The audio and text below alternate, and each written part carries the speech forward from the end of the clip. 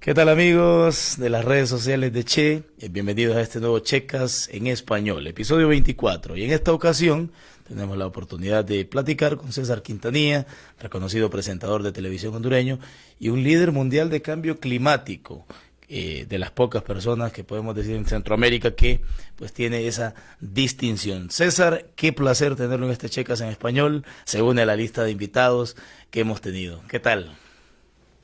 No, pues muy bien, gracias por esa invitación. Muy contento de hablar del tema porque cada vez que me invitan a hablar de este tema, eh, me da eso, alegría, porque sé que puedo compartir conocimientos, puedo sensibilizar a muchas personas y ese es el reto. Vengo llegando apenas hace 2 días de la Cumbre Mundial de Cambio Climático en Glasgow, Escocia, y pues nosotros vemos allá cómo todo el mundo está interesado en el tema y pareciera que en nuestros países en desarrollo vivimos en otro mundo, en donde solo hablamos de política, donde solo interesa el fútbol, cuando está en juego la sobrevivencia de nosotros los seres humanos en esta casa común que Dios nos prestó y que no la estamos cuidando. César, pues sí, por cierto, sí, fútbol que es una especialidad que también tienes, una persona que ha trabajado en el mundo del deporte y que bueno, tampoco nos ha traído muy buenos dividendos. A veces nos olvidamos de cosas que son más importantes y que en realidad ponen en riesgo el futuro de nuestra humanidad. El cambio climático es una cosa seria y a veces se nos olvida por banalidades. Sí, sin duda alguna, por banalidades, usted lo ha dicho, porque confundimos algunas veces un tema, por ejemplo, de fútbol, que es una pasión, pero eh, nada más debe llegar hasta allí, hacer una pasión, un distractivo, disfrutarlo, pero luego concentrarnos y las cosas tan importantes que hay ahora y en juego con el tema de cambio climático es impacto en la economía, impacto en la salud, impacto en nuestros bolsillos. Entonces, y también en juego, como decía al inicio, la sobrevivencia, porque pues al igual que muchos animalitos que hace muchos años decían, están en peligro de extinción tales animales. Bueno, ahora resulta que la academia, la comunidad científica, pues también nos ha puesto ya por todo lo que está sucediendo en esa línea, en esa lista de especies animales, vegetales y humanas que nos podemos extinguir por efectos del cambio climático y lastimosamente por un cambio climático propiciado por la mano del hombre en un 95%.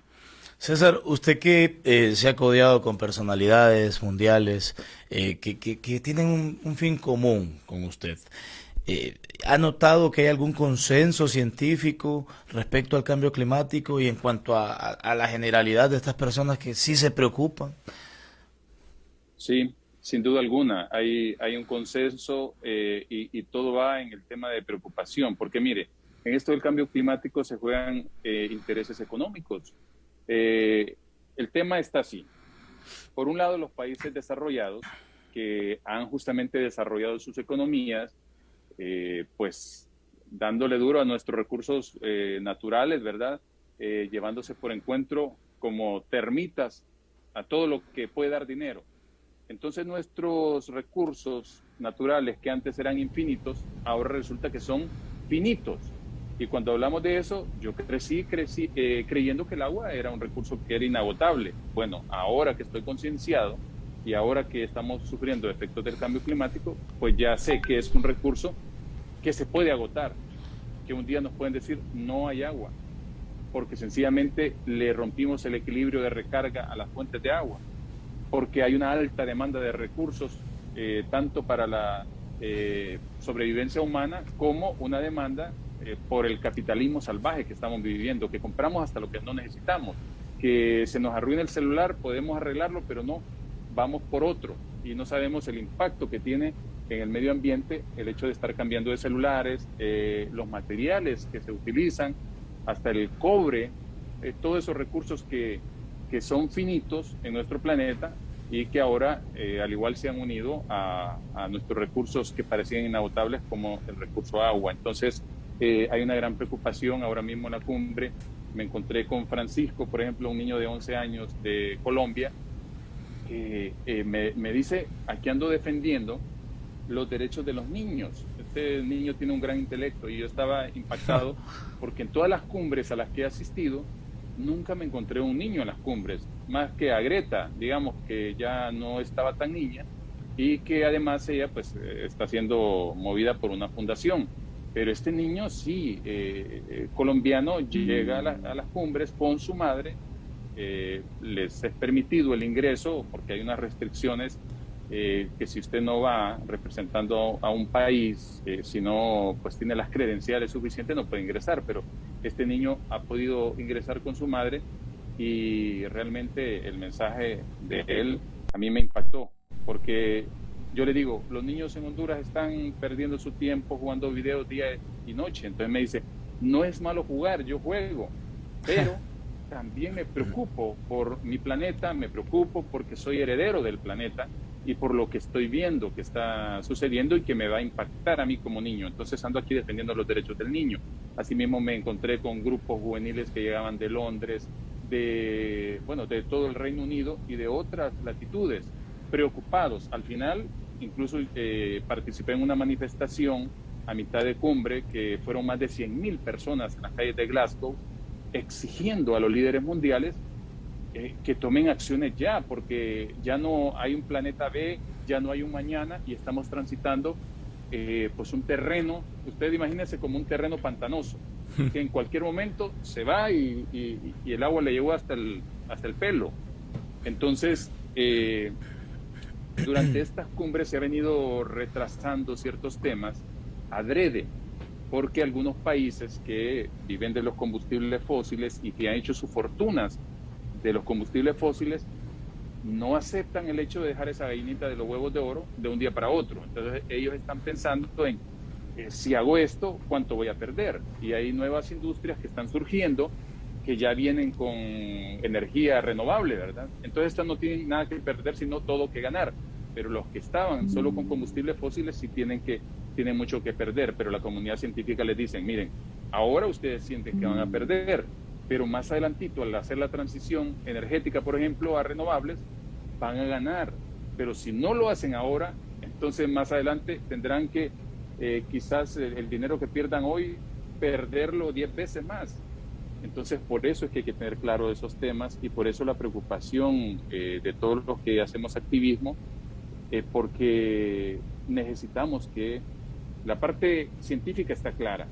En qué momento la radiografía del planeta, que tenemos 35% nada más de espacios naturales disponibles. Es decir, que ya nos comimos el 65% de los recursos naturales y espacios disponibles. Solo queda un 35%. Entonces, eso es lo que la parte científica le pone enfrente a los líderes mundiales. Ahora ustedes tomen las decisiones y ahí es cuando comienza, ¿verdad?, las negociaciones a nivel de países y los países están pues representados. No llegan todos los países individualmente a negociar, sino por bloques. Honduras pertenece a un bloque de Latinoamérica y el Caribe, llega el bloque asiático, el bloque europeo, el bloque africano. Entonces, en bloques se hacen las negociaciones. Pero, esas son como usted me preguntaba, quizás las preocupaciones comunes que tenemos, que estas decisiones se tomen lo más rápido posible, porque hay consenso en que debe actuarse ya. Pero entonces queremos pasar a la acción. César, ¿qué les demuestra a ustedes, los más conocedores, los que están más empapados del tema, que el clima está cambiando? Obviamente cualquier entendido va a notar que cada vez hay más fenómenos naturales, que con nada nos inundamos en las grandes ciudades hondureñas, pero ustedes que son los más conocedores y conocen a profundidad el tema. Bueno, está claro científicamente que los patrones atmosféricos están cambiando, que las corrientes atmosféricas y oceánicas están cambiando. Mire, un referente, por ejemplo, por darle un ejemplo, es el eje de la Tierra. Usted sabe que si nos vamos a pensar en la escuela, tenemos una esfera, por ejemplo, que está semi inclinada, ¿verdad? Y jugamos con la esfera y tiene un movimiento rotatorio. Bueno, lo que representa la esfera es las 24 horas que dura nuestro planeta en dar ¿verdad?, una vuelta, rotar en sí misma frente al Sol. Y el otro movimiento, que es el de traslación, que dura 365 días para hacerlo alrededor del Sol.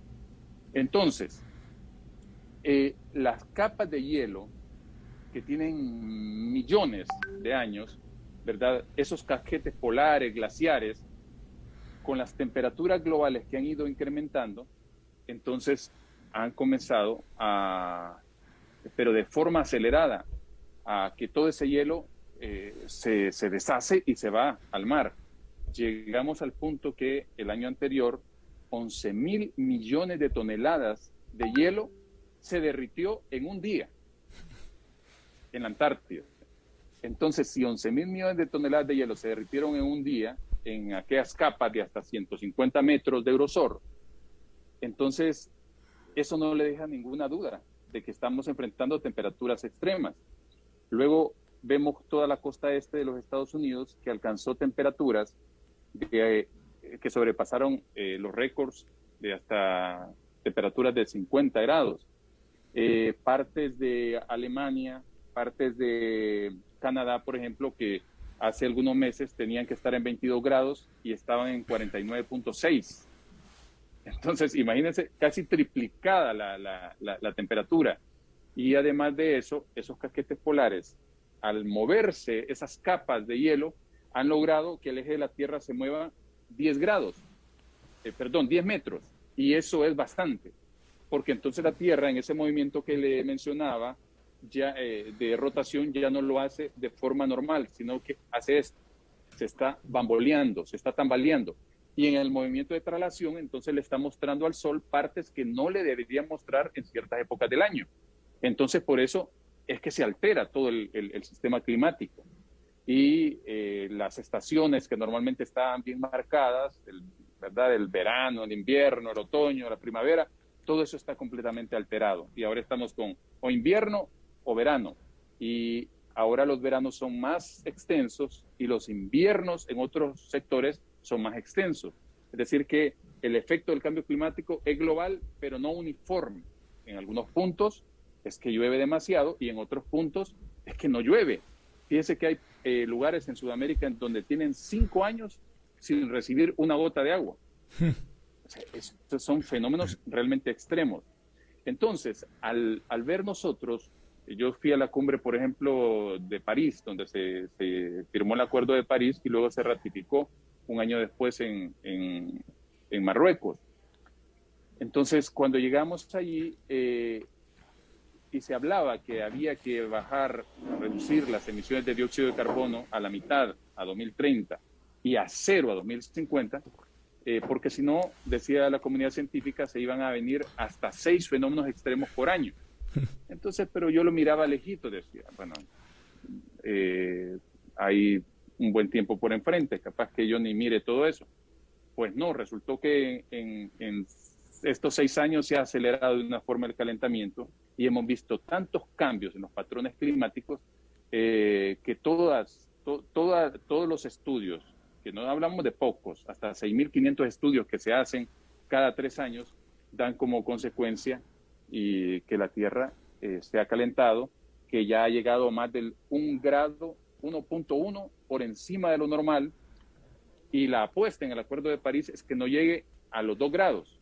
Es más, se busca que no pase del 1.5, pero como hemos hecho tan poco, difícilmente vamos a lograr el objetivo del 1.5 y seguro vamos a llegar a los 2 grados. Pero si llegamos y sobrepasamos los 2 grados, ¿qué pasará? Que todos los ecosistemas de la Tierra comienzan a colapsar. De hecho, algunos ya están colapsando y otros que son vitales para la vida en la Tierra van a colapsar como cuando usted juega, ¿cómo se llama ese juego que pone las piecitas así paradas y toca una y se dominó, todas? el dominó, Dominó. efecto Así, dominó. como un dominó, como un efecto dominó, van los ecosistemas hacia abajo y ya vemos pues incidencia y peligro con este de hielo acelerado de polos y glaciares en países, ¿verdad?, que son islas, por ejemplo, que están bajo un riesgo extremo. Fíjese que aquí en Honduras, solamente aquí tenemos algo que ver. Yo tengo una compañera de trabajo, una abogada, que asistió a una de mis conferencias y me dice bien asustada al final, se me acerca y me dice, mire abogado, usted tiene razón, me dice. Fíjese que yo vivía en un pueblo de La Mosquitia, vine a Tegucigalpa, me gradué de abogada, me casé, tuve mis hijos, pero siempre he ido de vacaciones a mi pueblo, San Juan, al norte de la Mosquitia. ¿Qué pasa? Me dice, que se fue inundando y ahora todo el pueblo quedó bajo agua y toda la gente se tuvo que ir. Entonces yo a la fuerza me dice, capitalina, ya no tengo pueblo de origen. Y si usted pregunta a los habitantes de Cedeño, son 500 metros los que el mar se ha introducido. La vez pasada andaba un equipo periodístico del diario El País de España y se quedaron asombrados cuando uno de los pobladores que les acompañaba en una lanchita que iban ahí moviéndose, le dice, mire, allá al fondo, donde usted mira esa agua oscura, ahí donde se mira más oscuro, ahí era nuestro centro comunal donde nosotros nos reuníamos. Entonces, eso es impactante. Usted ve el mapa de Honduras y busca el Cabo Camarón, ahí lo encuentra, pero vaya a buscarlo y está bajo agua. Entonces, hay proyecciones que de no parar esto, de no frenar las emisiones de gases de efecto invernadero y que el planeta sobrepase los 2 grados, es que el mar, por ejemplo, ya no crecerá en centímetros como viene haciéndolo últimamente, sino pasará a pulgadas y posteriormente a metros. Y con eso están en riesgo millones de personas que viven a 100 kilómetros de la costa. Entonces, el tema es serio. En proyecciones científicas, Honduras perdería al menos el 45% de su territorio. Guatemala perdería el 65% de su territorio. La península de Yucatán, México, se pierde completa con Belice, solo por darle referencia de nuestra zona. Entonces, no hay ninguna duda de que estamos cambiando dramáticamente el clima en nuestro planeta y que no se debe a un cambio normal, porque hay gente que dice, bueno, pero la Tierra ha tenido procesos y cambios normales. No, esto no es normal. Esto está claro que es por la mano del hombre, que es una situación antrópica. Entonces, como nosotros lo hicimos, nosotros tenemos que enfrentar las consecuencias y si no las enfrentamos pronto, pues entonces vamos a sufrir mucho. Esa proyección de esos porcentajes, César, que nos regala, ¿para cuántos años estamos hablando? En este siglo, en el presente siglo. ¿Sí? Entonces, sí. Iota y todas las amenazas subsiguientes tienen mucho que ver con eso, ¿no? Sí, usted ya vio que nunca antes en la historia habíamos sido impactados por 2 fenómenos extremos como ETA y IOTA en menos de 2 semanas. Y sucedió recientemente. Entonces ahí, contabilizando esos 2 fenómenos, contabilizando la pandemia del COVID-19, Honduras en 2020 pues sufrió 3 fenómenos extremos. Y si yo le digo que hace 6 años la comunidad científica estaba advirtiendo que íbamos a tener hasta 6 fenómenos extremos por año, nosotros ya tuvimos en 2020 3 fenómenos extremos. Sí. Entonces, cuando hablamos de fenómenos extremos, la gente solo imagina huracanes, pero no, tiene que tomar en cuenta pandemias, tiene que tomar en cuenta plagas que arruinen completamente y devoren nuestros cultivos, tienen que tomar en cuenta sequías extremas. Entonces, hay muchos fenómenos que están golpeando ya nuestra economía. Fíjese usted, por ejemplo, los productores de café. Los productores de café están golpeados en este momento con el tema del calentamiento global. ¿Por qué? Porque por debajo de los 1000 metros sobre el nivel del mar, el grano se les está quemando. ¿Y qué están haciendo? Pues estar yendo más arriba, en montaña. Por eso ahora hablan mucho de café de altura. Pero el problema es que es un sector altamente irresponsable, que no se hace cargo de las aguas mieles. Y las aguas mieles son altamente contaminantes. Y esas aguas se van al suelo, se filtran al subsuelo, van a las fuentes de agua y luego llegan por ríos o por filtraciones a fuentes donde el ser humano tiene acceso para subsistir, ¿verdad? Tiene acceso a esos recursos y resulta que están altamente contaminados y uno ni se lo imagina. Y todo porque es un sector irresponsable. Yo me he ido a reunir en 2 ocasiones con el presidente del ICAFE, le he reclamado eso y él lo ha aceptado. Él me dice, sí, mire César, no tenemos la forma de controlar a este sector, me dice, porque nadie se hace cargo de las aguas mieles, son altamente irresponsables.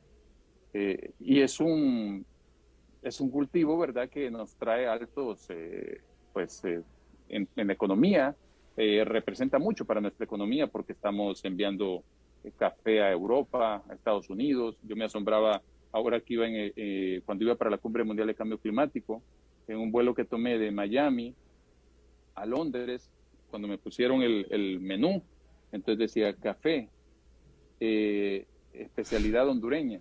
Y yo tengo que probar ese café. Andamos bien. Pero sí, Al menos en eso. Orgulloso. Me sentí orgulloso, pero luego pensé, dije, escucha, pero el origen de este café yo sé que Sí. es un café que viene de la irresponsabilidad, ¿verdad? Que es lo mismo cuando Europa, por ejemplo, le compra madera a Honduras, productos maderables. Si no vienen de un origen lícito, entonces lo que está haciendo es promoviendo que se deforeste nuestro país. Recuerdo que hace 3 años se firmó un convenio entre Honduras y Europa, el gobierno de Honduras con Europa, y ese convenio busca eso, frenar la tala ilegal del bosque. Porque, mire, usted puede disfrutar de los productos del bosque, pero de forma racional. Este es un puntito que la gente no lo entiende, porque la gente mira que va una rastra con una madera y dice, mire, qué barbaridad, están talando. Bueno, hay que ir a ver si proviene esa madera de un lugar que sea una montaña, por ejemplo, porque hay gente que siembra sus fincas, tiene su parcela de tierra y dice, bueno, yo voy a plantar árboles maderables para sacarle provecho a 20 años. Más bien es una industria que la gente tiene que tener mucha paciencia porque para recibir un beneficio tiene que esperar de 15 a 20 años. Entonces es preferible que se haga eso, que su parcela es como que usted siembre maíz, lo cultiva y después vende el maíz. Es lo mismo. Si usted lo hace así como una finca, en donde disfruta de los productos que da esa finca, de esas maderables, extrae la resina y todo. O sea, se puede hacer, se puede disfrutar del bosque, pero bosques que sean, si no privados, la mayoría son privados, pero son fincas que van con ese fin, pero no que va a ir a deforestar una montaña, ni mucho menos tocar, ¿verdad?, recursos naturales en donde se necesita mucho bosque para secuestrar dióxido de carbono y también para mantener vivo el recurso agua. César, el ser humano, la naturaleza misma, ¿cómo porcentualiza esa cuota de responsabilidad en lo que estamos viviendo a día de hoy? El 95%. En eso es la cuota de responsabilidad del ser humano en lo que estamos viendo el día de hoy. Es un 95%, porque se han hecho comparativos desde la era preindustrial a la era industrial y está certificado cómo se deterioró todo nuestro planeta a raíz de la era industrial, porque comenzó la locura con el haber encontrado el combustible, ¿verdad? Fuimos a abrir hoyo y al encontrar el oro negro, que se le llamaba, entonces comenzamos a quemar combustibles fósiles, carbón y gas. Entonces con eso los países comenzaron a desarrollarse brutalmente, pero ahora resulta que se desconocía que todos esos gases se iban a acumular en la atmósfera. Y al inicio pues no se sentía tanto el impacto, pero luego como la población mundial también fue creciendo y las demandas creciendo, entonces por ejemplo en 1937 éramos 2.500 millones de habitantes. Ahora en 2021 somos casi superamos los 8.000 millones de habitantes y hacia 2030 seremos 9.200 millones. ¿Con qué recursos le vamos a responder a esa cantidad de personas que están naciendo y que van a venir a demandar sus recursos? O sea, muy pronto tendremos un planeta convertido en un desierto, y eso es una realidad. Y si quiere una referencia, le pongo el Canal Seco. Todos los años se suma un municipio, ya sea de Honduras, de Nicaragua, de El Salvador, en el corredor seco de Centroamérica. Ese corredor seco está ahí y que es un reflejo del cambio climático, es un reflejo de pobreza, en donde habían familias que vivían bien, que la tierra hacían producir la tierra, y que de la noche a la mañana perdieron todo, que sus fincas se vinieron abajo, entraron en extrema pobreza, la gente emigró a las ciudades, no encontraban empleo, entonces se van del país. Ese es un ejemplo de hacia dónde vamos. porque no solo está sucediendo en Honduras, está sucediendo en muchas partes del mundo, que se están formando esos corredores secos y después ese corredor seco se va ampliando y créanme que podemos tener un desierto muy pronto, convertido nuestros países en desierto. De hecho, hay un dato oficial de hace 2 años que Honduras, después del Gorgojo, hemos perdido 316 fuentes de agua dulce y eso es gravísimo. Uf. Entonces, por darle un ejemplo de que, verdad, esos porcentajes de responsabilidad humana son totalmente reales. Están certificados, de hecho. César, si bien las soluciones son a largo plazo, hay tanto que hacer, pero a corto plazo, ¿qué tiene que dejar de hacer? Hablo de malas prácticas. ¿Qué tiene que dejar de hacer ya el ser humano para que esto no siga agudizándose? Lo que tenemos que hacer ya, y es la recomendación científica, es dejar de usar los combustibles fósiles. Reducir, cambiar un poco los patrones alimenticios, porque ahora nos hemos vuelto carnívoros. Y el problema es que al hacernos carnívoros, entonces hemos pues hecho que la gente que produce, por ejemplo, la carne, haga un cambio en el uso del suelo. ¿Cuántos suelos que eran bosques fueron cambiados por zonas ganaderas, ganadería extensiva? O sea, quitaron los bosques para poner, producir el alimento de los animales. Entonces ahora es común que usted, me imagino, ha escuchado noticias que en Olancho de repente dicen tantas cabezas de ganado muertas por falta de alimentos o por falta de agua. Pero estos ganaderos se quejan ahora, pero no se dieron cuenta del daño que hacían cuando anduvieron deforestando y cambiándole el uso al suelo. Entonces, en lugar de bosque, ahora tenemos una ganadería extensiva que le hace daño a nuestro planeta y en esas zonas, claro, si no hay bosque, entonces tampoco se produce el ciclo del agua, entonces ahí en esas zonas no llueve y no se les da el alimento, los animales terminan muriéndose. Y lo mismo pasa en la agricultura, que también se le cambió el uso al suelo. Aquí mismo la Tigra, usted puede ir yo algunas veces salgo a hacer inspecciones así de campo y me encuentro la vez pasada en la Tigra que hay hasta casas de concreto ya cerca de la zona núcleo, que hay pues comunidades completas ahí bien instaladas y gente que con la banderita de soy pobre, mire, todos los días están cortando los árboles para leña y para cocinar sus alimentos y otros para hacer negocio. Entonces, digo yo, ¿qué hace la Fundación La Tigra entonces? Si hay una fundación ahí que administra y uno va y a simple vista se ve que están cambiando el bosque por casa, el bosque por sembrar hortaliza, el bosque lo están contaminando y a vista y paciencia, ¿verdad? Entonces, son temas que a uno le producen en cierta medida impotencia, porque uno quisiera tener como la autoridad para decir, no se puede hacer esto. Y a partir de ahora, ahora mismo en la cumbre hubo una iniciativa muy buena en la que se fijó para 2030 que la deforestación se termine, que en 2030, como es un proceso, ¿verdad? Que la deforestación se termine en todo el mundo. Y bueno, tuvo una aceptación de más de 100 países, incluyendo Honduras. Es un proceso, ¿verdad? No va a ser de la noche a la mañana, pero como ya es un documento legalmente vinculante, me alegra un poco, porque eso quiere decir que podríamos recuperar de forma natural algunos bosques y si no se puede de forma natural, pues tratar de hacer una incidencia humana en esas zonas áridas y poder restaurar, que sería la palabra, de esas zonas que antes eran bosque y que quedaron áridas por la mano del hombre. Entonces, le resumo sobre su pregunta.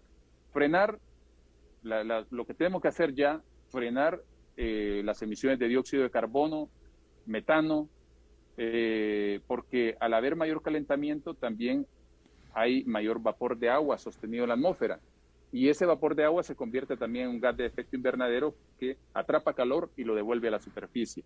Tenemos a nivel de empresa privada asumir la responsabilidad porque los empresarios están Nada más ahí que la sociedad ande reforestando, que ande cuidando, y ellos bien gracias, solo recibiendo y llenándose los bolsillos, ¿verdad? Con las materias primas, pero no cuidan. Entonces, él debe asumir su responsabilidad social empresarial. También me ha abocado a Juan Carlos Icafi, 2 reuniones hemos sostenido sobre el tema, pero yo veo individualmente un compromiso, pero luego como COEP no veo un compromiso, que nuestras empresas tampoco las veo en las cumbres mundiales de cambio climático, y sí veo representantes de diferentes partes del mundo, empresarios que llegan a ver cómo está la situación porque quieren contribuir, quieren volverse muy responsables con el tema, porque saben que si Sí. nos va bien en este tema, también las empresas van hacia arriba. Yo le digo a Juan Carlos Icafi, yo no he visto un país o una empresa que prospere en un país quebrado. Hasta los emporios económicos más grandes se pueden venir abajo por el tema de cambio climático. Entonces, ellos tienen que entenderlo. Y luego viene la responsabilidad social individual. ¿Qué hago yo en mi casa? Tengo que reducir el consumo de energía, tengo que reducir el consumo de agua, tengo que comprar alimentos que sean producidos muy cerca, si no en la ciudad, muy cerca de la ciudad. Porque si voy de Luciaco, porque aquí vivimos del que dirán, de exhibido, si voy de Luciaco a un supermercado y digo, quiero un queso, pero que ese queso sea un queso suizo. ¿Qué hago con eso? Contribuir al calentamiento global, porque ese queso suizo tiene una huella de carbono extensa. Imagínese usted allá las vacas donde se alimentaron, toda esa zona fue deforestada, y cuando se deforesta una zona se deja de atrapar dióxido de carbono, porque eso es lo que hacen los bosques, retener dióxido de carbono. Y al quemarse o al talarse, entonces ese dióxido de carbono se escapa a la atmósfera. Luego lo llevan a la planta donde fabrican el queso, y esa planta se mueve ¿con qué? Con energía, producto de térmicas, de quema de combustible. Y luego lo transportan también quemando combustible, el transporte, a los mercados mundiales. Y luego va usted en su vehículo a comprarlo y lo trae a su casa y se lo come en un día. Y un producto con una tremenda huella de carbono. Entonces, por eso tenemos que cambiar hasta los hábitos de compra y comprar productos que estén cerca, que sean producidos cerca de casa. Esas son algunas acciones inmediatas que tenemos que tomar a todo nivel. Wow, qué interesante eso. La verdad que a veces uno ignora tantas cosas puntuales. César tocó un punto que para allá iba.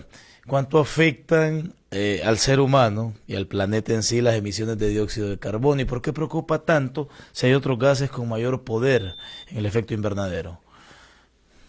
Sí, se hace bastante énfasis en el dióxido de carbono, porque el dióxido de carbono es un gas que puede durar hasta centuria, ¿verdad? Más de 100 años en disiparse. Mientras que otros gases de efecto invernadero como el metano, en 12 años se pueden disipar.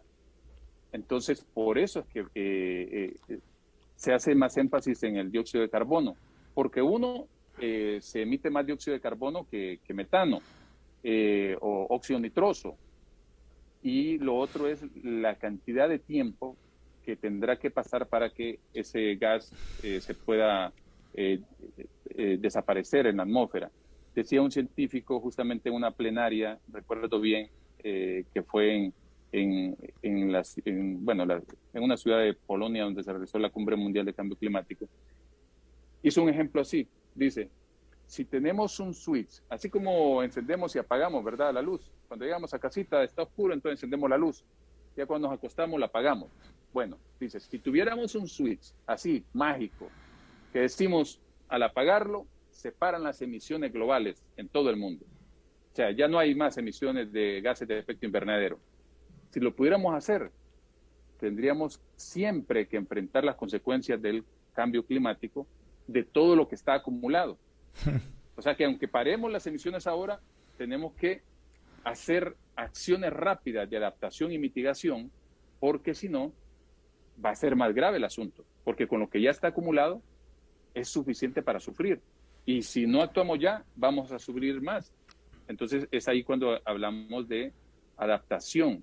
Y la vez pasada yo usé el término en un medio de comunicación que me estaba entrevistando, Entonces dijeron, ay, pero no podemos adaptarnos, sino que tenemos que hacer cosas, porque no podemos decir, no, le digo él, cuando se llama la adaptación, no es que vamos a estar esperando que las cosas pasen y no hacer nada. Adaptación es que vamos a hacer acciones para atacar las consecuencias del cambio climático. Y la mitigación son acciones para mitigar justamente, digamos, si el calentamiento proviene de las emisiones, entonces tenemos que mitigar esas emisiones.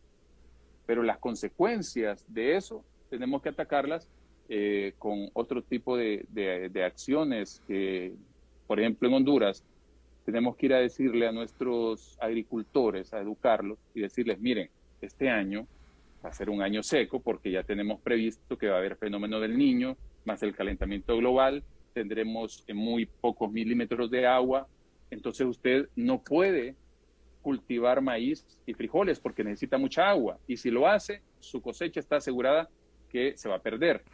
Entonces hay que decirle, este año usted tiene que decantarse por un cultivo que sea amigable con las condiciones del tiempo que se van a presentar ese año, si son de sequía o son de extrema cantidad de agua. Entonces, por ejemplo, hay productos, yo pongo ejemplo el morro, usted lo encuentra bastante aquí en el sur del país. El morro, los productores no imaginan los beneficios que podrían recibir económicos si se dedicaran a la industria del morro, así como se dedican al maíz, al frijol.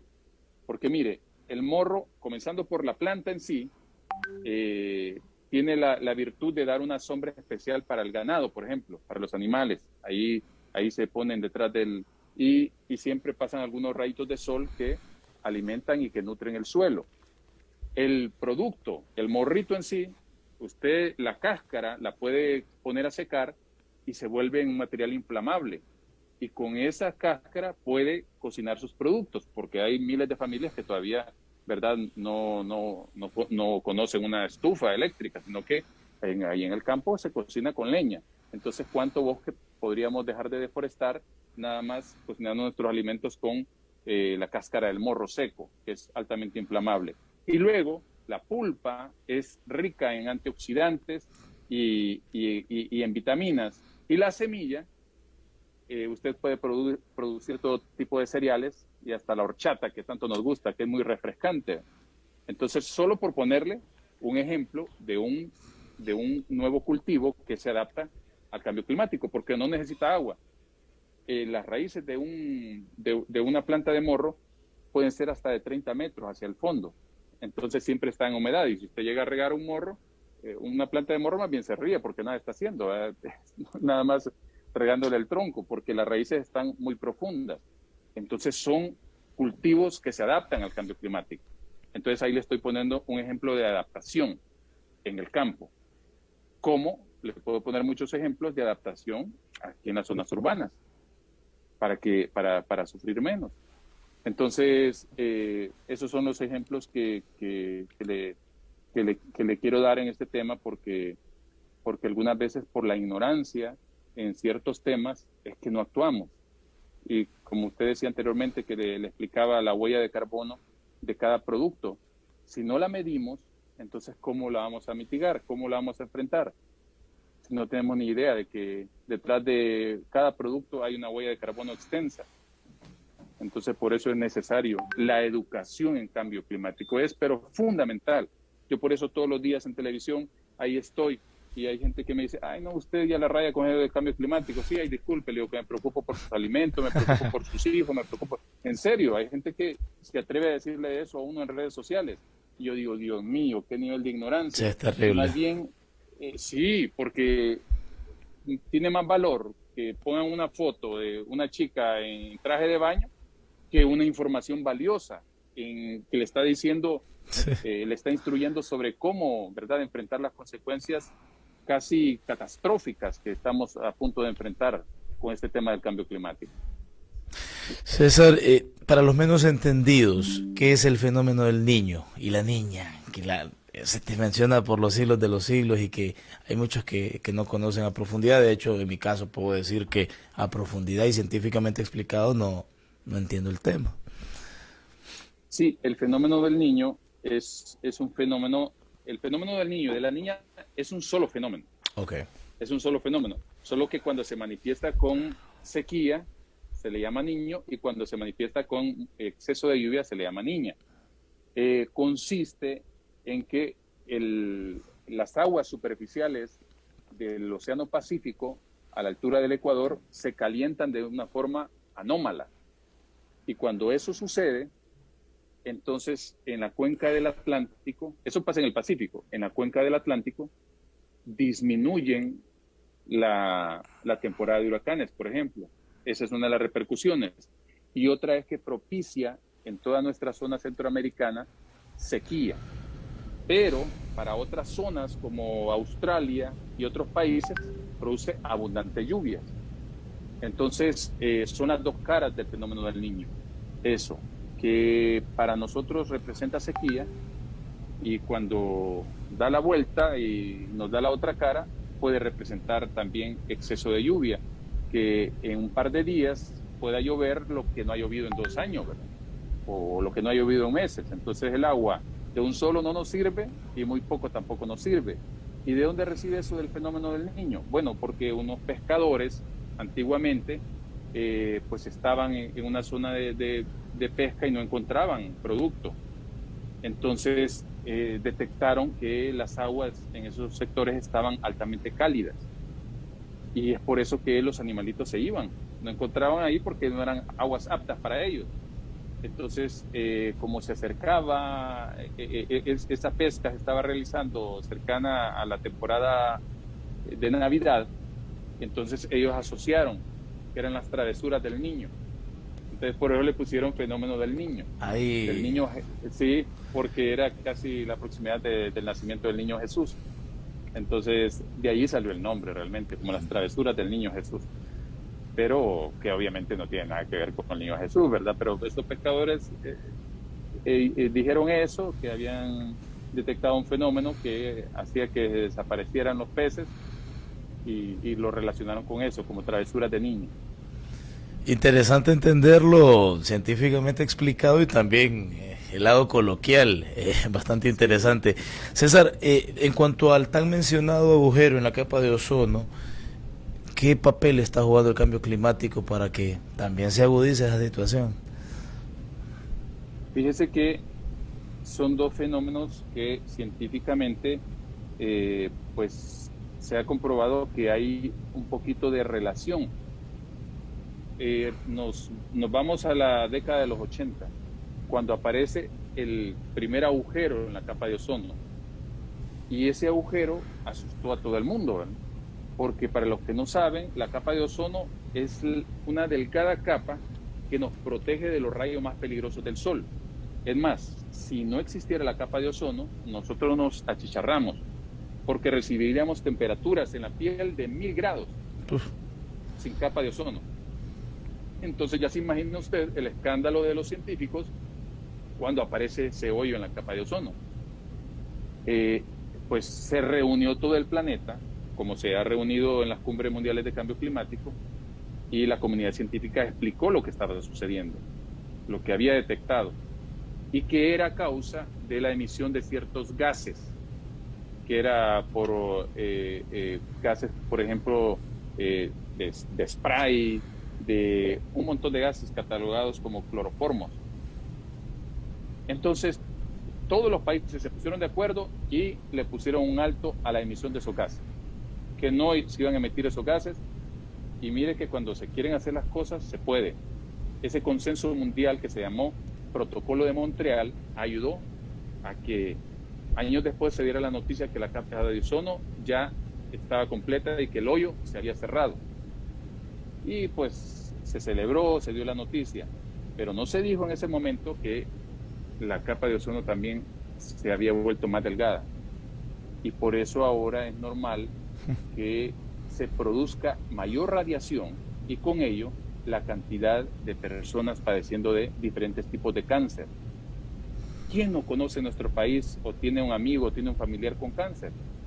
Yo en mi familia lo he sufrido y tiene una relación directa con el tema de la radiación solar, que ahora es más fuerte. Por eso ya no nos podemos exponer, esa gente que le gusta irse ahí a broncear, eso ya no lo puede hacer, es terrible, porque tarde o temprano le va a pasar factura con un cáncer. Eh, yo escuchaba escandalizado que en este año han aparecido 12.000 nuevos cánceres en Honduras, y cada vez estos centros de cáncer tienen más trabajo, ¿verdad?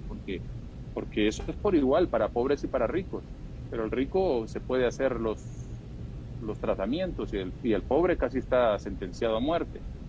Entonces, la capa de ozono representa eso. Se reguló con ese tema de la prohibición de esos gases, pero como somos los seres humanos así, entonces después nos relajamos y volvió a aparecer el hoyo y ha estado abriéndose y cerrándose, abriéndose y cerrándose. Con la gran novedad que el año pasado apareció otro hoyo en otro punto del planeta. Es decir, que la capa de ozono estaba justamente no solo ahora en la Antártida, sino también en la otra parte, en el Ártico, es decir, en el Polo Norte y Polo Sur. Apareció otro hoyo. Afortunadamente duró solamente algunas semanas y se cerró. Y ahí sí tuvo relación directa con unas temperaturas extremas que se estaban dando en ese punto del mundo a consecuencia del calentamiento global. Entonces, una relación ahí científica y se explicó. Esperemos que no aparezca nuevamente ese hoyo, porque si ya 2 hoyos en la capa de ozono ya sería para preocuparse en exceso por lo que he explicado, lo que representa esa débil capita, ¿verdad?, que nos protege. Débil en el sentido figurado, ¿verdad?, porque es lo máximo para nosotros como seres humanos, porque nos deja vivir. Sin esa, adiós. César, ¿son confiables los registros de temperatura periódicos, anuales que se dan para considerar la gravedad del cambio climático? ¿Es tarde para hacer algo? Son totalmente confiables. Fíjese usted que durante la pandemia incluso aparecieron las transnacionales del petróleo, gas y carbón que querían retrasar que este año pues llegáramos a completar el reglamento del Acuerdo de París para que entrara ya en vigor, que ya entró ahora. Se dijo que como la gente estaba confinada, entonces que el planeta estaba respirando y que todo estaba bien. Pero resulta que yo me voy a todos los laboratorios que están colocados en diferentes partes del mundo y más bien las emisiones de dióxido de carbono estaban subiendo, porque las personas estaban en sus casas con aire acondicionado permanente, con todos los televisores encendidos, o sea, con una gran demanda de energía y utilizando todo, comiendo más porque estaban recluidos en su casa. Mientras cuando la gente sale a trabajar, pues su casa descansa, ¿verdad? Pues entonces fue un efecto al revés. Se dispararon las emisiones de dióxido de carbono a tal punto que tocamos el pico histórico más extremo. Llegamos, las emisiones se miden en partes por millón y pasamos a tocar las 415 partes por millón de emisiones, y eso ha sido un dato histórico, ¿verdad? Y preocupante, porque eso acelera el calentamiento global. Y el registro de temperaturas fue espectacularmente histórico en diferentes partes del planeta. Y de hecho, pues más de 100 personas murieron por golpes de calor este año solamente en Canadá. Otras decenas de personas en la costa este de Estados Unidos, en Australia, en Europa. Yo estuve en 2017 en Bonn, Alemania, en una precumbre de cambio climático, y era insoportable el calor. Y la gente, los alemanes estaban tirados así en cualquier, por decir, gramita, como que estuvieran en la playa, tirados ahí, porque había mucha gente, y mayormente la gente adulta y niños, muriendo por golpes de calor, porque a la sombra habían 49 grados. Estando en la sombra, usted sentía 49 grados en la piel. O sea, era algo a lo que nadie está acostumbrado. Entonces, es totalmente confiable. Mire, hay laboratorios en todo el planeta, todo tipo de herramientas que en vivo están registrando el segundo a segundo, el minuto a minuto.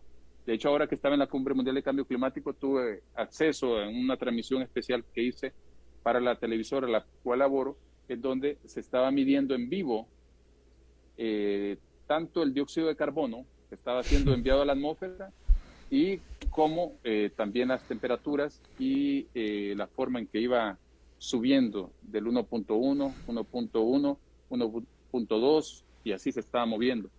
Entonces, no, las herramientas científicas que se tienen ahora son inequívocas, ¿verdad? Y totalmente confiables. César, ¿pueden nuestros ecosistemas adaptarse a este tenaz cambio climático? No, no se pueden adaptar. De hecho, por eso es que hay muchos ecosistemas que están colapsando. Fíjese que las barreras naturales, por ejemplo, en la mayor parte se están perdiendo. ¿De dónde sale el COVID-19? El ébola, el SIDA, sale de haber roto la barrera natural entre el hombre y los animales.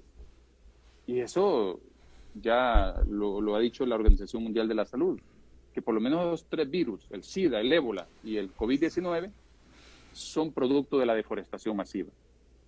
Entonces, si usted me pregunta si estamos a tiempo de parar esto, está muy difícil pararlo. O sea, de la noche a la mañana no se podrá hacer, tiene que llevar un proceso. Y yo creería que no vamos a evitar a irnos a 3 grados. O sea, creería que los ecosistemas no se van a adaptar, que van a colapsar muchos ecosistemas y que el sufrimiento es inevitable, pero si actuamos, podemos disminuirlo al menos. Entonces, usted recuerda que hace 2 años, por ejemplo, llegó una tremenda ballena de 2 metros a la bahía de Tela y había mucha gente reclamando turismo de ballenas. Ya tenemos ballenas en nuestra bahía de Tela. No, esa ballena venía justamente siguiendo una corriente oceánica fría que se desprendió del Ártico y ahí venía su alimento, el plancton. Y una vez llegó a nuestra zona, no se adaptó a las condiciones tropicales y en un mes estaba muerto el animalito. Entonces, los animales no se están adaptando, ellos se van de los lugares, de sus hábitats, y ahí se rompe la cadena alimenticia porque caen en las fauces de otros depredadores, otros que no soportan las aguas cálidas, porque antes solo eran superficialmente cálidas. Ahora, de tanto estar en décadas y décadas absorbiendo calor y absorbiendo dióxido de carbono, porque también los océanos absorben dióxido de carbono, entonces estas aguas se vuelven muy calientes y muy ácidas. Ya no es vida para los animalitos y muchos de ellos salen a suicidarse. Ya hemos visto en las costas cantidad de animales muertos y la gente preguntándose qué pasó. Y es producto justamente de esto, de esta crisis climática global que estamos viviendo. Así que nuestros ecosistemas difícilmente se pueden adaptar. Entonces lo que tenemos que hacer es adaptarnos nosotros con acciones rápidas, pero rápidas, actuar ya, porque Honduras, por ejemplo, ahora mismo en la Cumbre Mundial de Cambio Climático se reveló que está, no diríamos invirtiendo, sino que gastando más de 2.000 millones de lempiras anuales. ¿En qué? En acciones de daños por cambio climático. Entonces no es posible que los países desarrollados estén bien gracias viendo que nos están haciendo tremendo daño, que no es responsabilidad de nosotros porque nosotros lo emitimos un 0.03% frente a un 56% que emite China y Estados Unidos juntos. Entonces ellos tienen que, uno, darnos financiamiento para hacer esas acciones, esos proyectos verdes que urgen de adaptación, darnos tecnología para mitigar, pero más que eso es importante la financiación, porque sin financiación no podemos avanzar. Todos los países están siendo golpeados por la pandemia, por la crisis climática, y es hora de que nos paguen los daños y perjuicios ocasionados. César, ¿de qué tiene certeza y de qué no respecto al imparable cambio climático? Mire, tengo la certeza que los jóvenes que ahora están viviendo esta crisis climática van a sufrir mucho, que las nuevas generaciones van a sufrir y no podrán disfrutar de muchos recursos naturales que nosotros hemos disfrutado. Y a mí me duele el alma porque llegará el momento que esta gente va a decir, ¿y estos qué estaban haciendo? Se comieron el planeta y no les importó. Yo no quiero ser parte de esa gente que sea señalada por las nuevas generaciones, por haberse comido como termitas todo el planeta.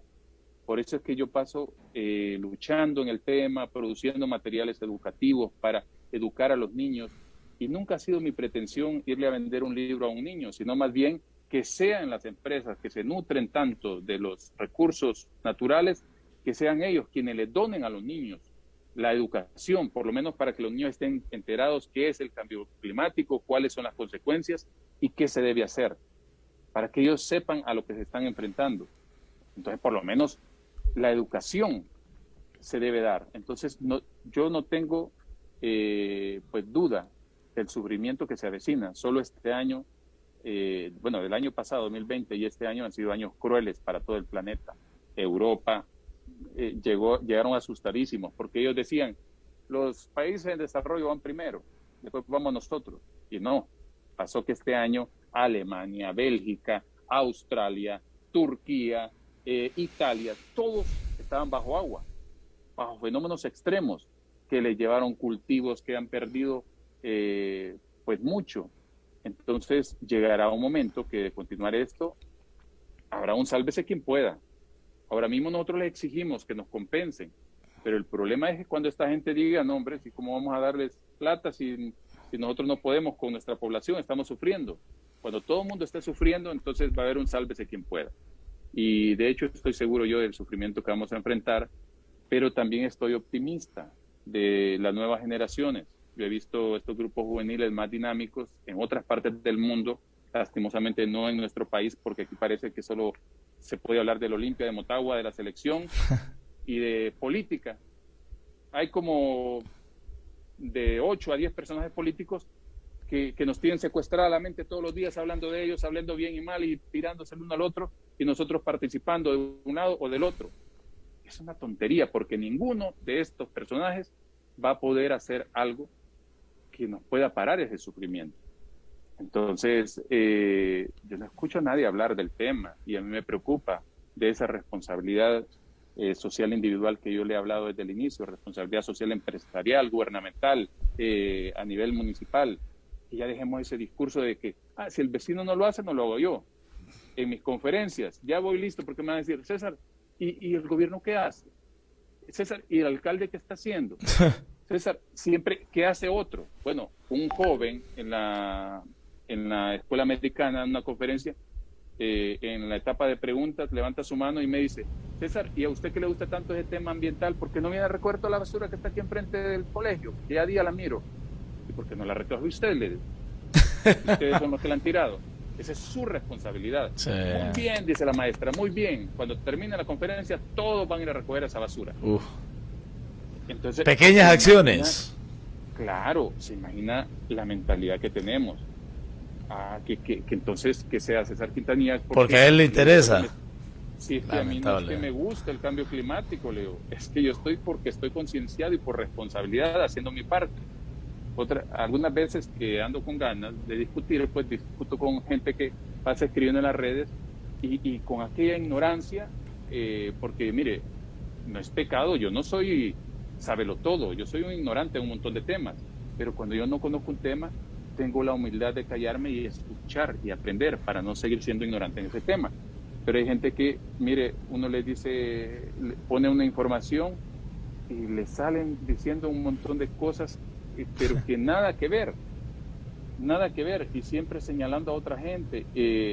Yo anduve marchando allá en la Cumbre Mundial de Cambio Climático porque ahí estaban Biden, ahí están los representantes de China, los representantes de la India, los representantes de Rusia, los representantes de los países más contaminantes del planeta.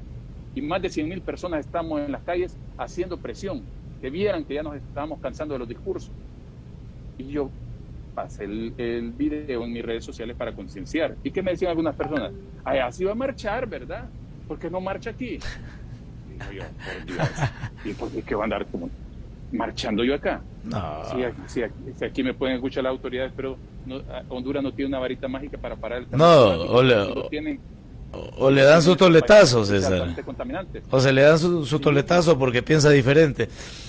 Complicado. Sí, entonces es complicado algunas veces estos temas. Mire, cuando yo algunas veces me le voy de frente a alguna empresa y le mando ahí su chinita, da su golpecito, como dicen, por contaminante, se enojan, inmediatamente ya le ponen a un abogado, mire, mejor cállese, lleve la fiesta en paz, si no hay que terminar en un tribunal a que nos compruebe. O sea, y sabiendo todo el mundo que son altamente contaminantes. Pero no es fácil ser activista y defensor de este tema. Y además, una cosa es ser activista de cambio climático y otra cosa es ser activista del medio ambiente. Porque el medio ambiente lo que es que es una víctima del cambio climático. Y eso es lo que la gente pues todavía ignora. Mucha gente revuelve, como dicen, las cosas. Entonces, nosotros podemos hacer todas las acciones necesarias, podemos tener una Honduras verdecita, pero ni eso va a evitar que seamos víctimas de los fenómenos extremos. Podrá quizás bajar un poquito la intensidad de estos fenómenos, pero no va a evitar que seamos víctimas de estos fenómenos extremos. Y ejemplo, Costa Rica, que recibió hace un año el título, hace 2 años, en 2019, recibió el título del campeón del medio ambiente. ¿Por qué? Porque logró forestar, recuperar suelos. Y, óigame, Costa Rica está bastante verde, pero tiene un montón de problemas ocasionados por el cambio climático. Porque es así, es un problema global, con repercusiones locales. Entonces usted imagínese en su casa, todo mundo bien limpio, todo mundo haciendo su dormitorio, pero hay un chanchito ahí que fuma, que mantiene su cuarto cochino, lleno de cucarachas y todo, entonces va a contaminar toda la casa. Sí. Entonces, así quiero dar el ejemplo yo del tema del cambio climático. Pero mire, las temperaturas, los fenómenos extremos, hay muchas cosas a la vista que nos indican cómo está cambiando nuestro planeta y cómo está cambiando nuestro país. Pero estamos como una ranita. Ese ejemplo me gusta ponerlo. Si usted tiene un agua hirviendo en un recipiente y agarra una ranita, que a la ranita le gusta mucho el agua, y la pone ahí, ¿qué va a pasar? La ranita no se va a quedar ahí, va a saltar inmediatamente porque no siente que se quema por el agua caliente. Pero si pone ese mismo recipiente y esa misma ranita y el agua está fría y pone la ranita, ahí va a estar nadando feliz en la agüita fría. Pero usted poquito a poco, de forma gradual, le va poniendo fueguito. Llegará un momento que el agua alrededor esté casi hirviendo y la ranita va a estar adaptada a esa agua porque fue de forma gradual. Eso nos está pasando. Interesante ejemplo. Está cambiando todo y nosotros no. Bien adaptados, nos vamos adaptando a cada situación. Nos golpean 2 fenómenos extremos y ya pasa la noticia, ya estamos adaptados, ya volvemos a hablar de fútbol y de Olimpia y de Motagua y de política. Entonces, mire, tenemos que actuar. Ese es el punto. Y actuar ya y cada quien tomar sus responsabilidades y dejar de pensar que otro le va a venir a hacer su trabajo. Excelente, César, la verdad que educativo, una exposición brutal, la verdad, de cosas que yo honestamente estoy asombrado porque no las conocía, no digamos la gente que va a tener la oportunidad, como usted lo dice, quizá en menor medida porque nos interesan cosas menos productivas, ojalá, y ese es un ruego, un clamor que yo hago, ojalá que algún día nos interesemos por las cosas realmente importantes, porque esto sí es importante y en realidad afecta el devenir nuestro como sociedad. ¿Cómo lo encuentran en redes sociales, César? Fíjese que tengo tanto Instagram, que estoy como César-Quintanilla, estoy en Facebook, nada más como César Quintanilla, líder de cambio climático, en una cuenta abierta, y en otra como César Quintanilla nada más, que es una cuenta cerrada. Y en Twitter, que estoy como César Quintanilla 3, creo, que uno deja de ver, ¿verdad? No me lo memorizo ahora, pero creo que es César Quintanilla 3. Y 3 porque ya parecía que el 1 y el 2 ya estaban ocupados. Y así me pueden encontrar en las redes sociales. Yo ahí siempre paso subiendo información valiosa, ¿verdad? Educativa. En mis redes sociales no van a encontrar tonterías, sino educación. Más en Instagram, que uno sube una que otra fotito con mis perritos, que los quiero mucho. Y ahí de vez en cuando una fotito de estudio, de televisión, para refrescar un poco. Pero casi siempre yo estoy subiendo información valiosa para educar, para crear conciencia.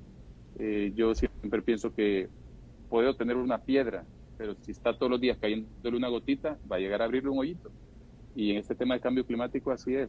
Mucha gente pues no cree en el tema, no le gusta que le hablen del tema, y hasta que llegue el momento, yo siempre he pensado que a la buena y a la mala vamos a tener que reaccionar. Y eso es lo que vi hoy mismo en la cumbre mundial que acabamos de terminar en Glasgow, Escocia. Vi países que hace 3 años estaban torpedeando los acuerdos que llegaron blanditos. ¿Y por qué blanditos? Por los fenómenos extremos. Mire, termino con esto. Se paró una persona de las Islas Mauricios porque llegó un momento en la cumbre que todo estaba trabado, porque estaba Australia y la India metiendo zancadillas para que no se llegara a un acuerdo, porque no querían que entrara en vigor inmediatamente el Acuerdo de París al completar el reglamento, porque solo faltaba el artículo 6 referido a los mercados de carbono.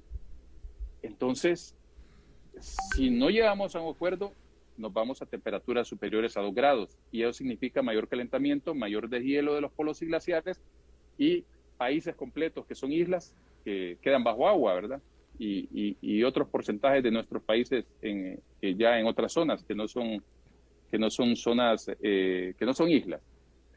Se paró ese representante de esas Islas Mauricio y dijo: señores, en ese momento que estaba totalmente con candado, ¿verdad?, el documento, yo no puedo regresar a mi país y decirle a la gente de mi país que he negociado en esta cumbre que nos quedemos bajo el agua, que nos perdamos.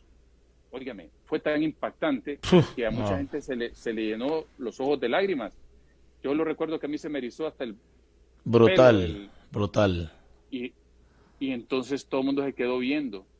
Y porque la persona lo dijo con un dramatismo y con los ojos llorosos, y dijo: no puedo regresar a mi país a decir que vine a negociar, que superamos los 2 grados y que estamos destinados a quedar bajo el agua, a que nuestro país se pierda.